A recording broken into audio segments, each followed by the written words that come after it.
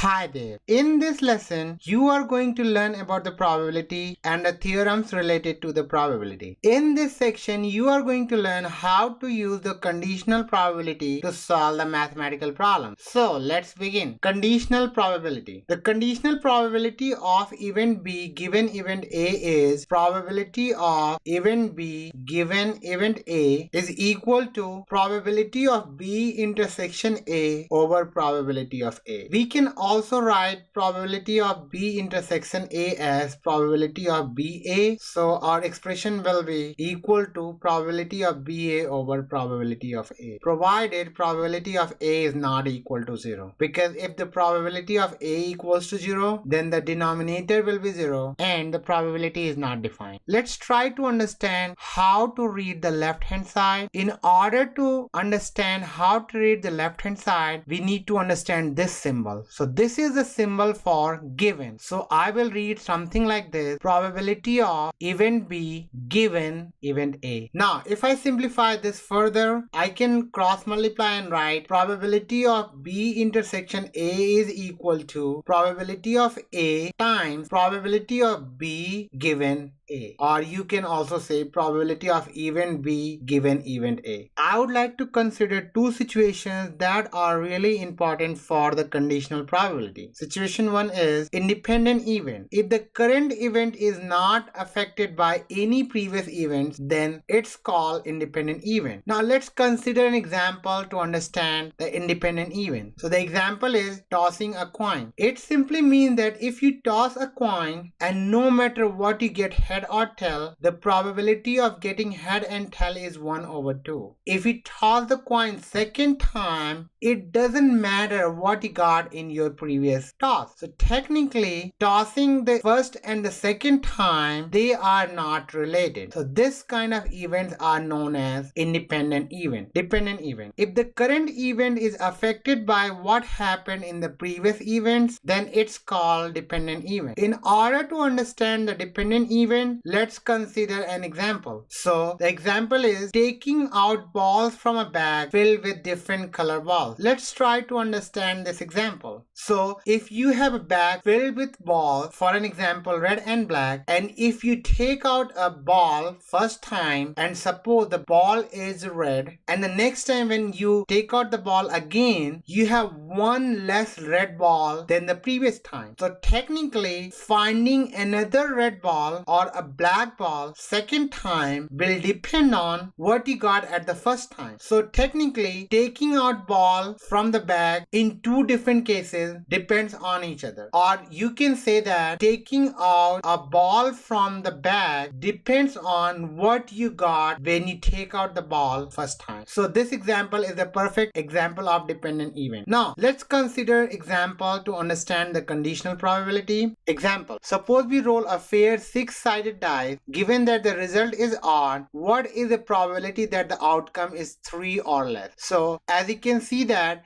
it's given that we roll a fair 6-sided die. So our possible sample space is S is equal to 1, 2, 3, 4, 5 and 6, because when you roll a die, there is a possibility that you will get one of these numbers because the dice is 6-sided. Now let's read the problem. It says that outcome is 3 or less. What are the numbers that are less or equal to 3? So if you look at the sample space, the numbers 4, 5 and 6 should not be the case because they are more than 3. So the only outcome that we should consider is 1, 2 and 3. So our outcome for the roll is 3 or less, and that is denoted by A, and that should be 1, 2 and 3 because any other roll would be more than 3. Now it's given that the result is odd. So if you look at the sample space, there are only 3 possibilities that the roll could be on, and the possibilities are 1, 3 and 5 because these are the only 3 numbers that we can get if we roll a die. So the roll is odd and the event B is equal to 1, 3 and 5 because these are the only 3 odd numbers that we can get if we roll a fair 6-sided die. Now let's create a conditional probability. It's given that the result is odd and we have to find the outcome that is 3 or less. So the probability to roll 3 or less given it's odd is equal to ways to roll 3 or less and odd over ways to roll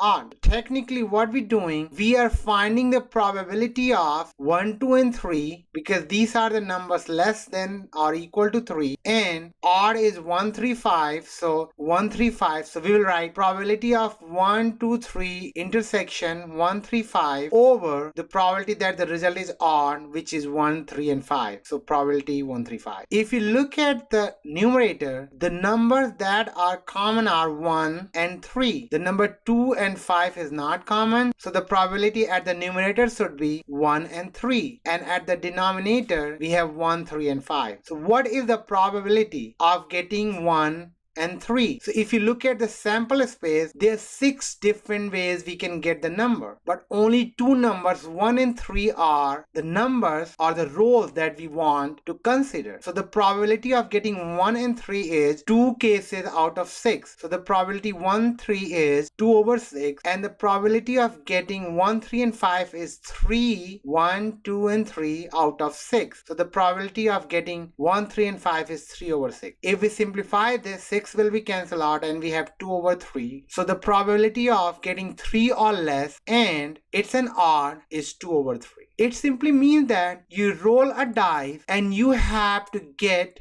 a number that is less than 3 or 3, and it's an odd.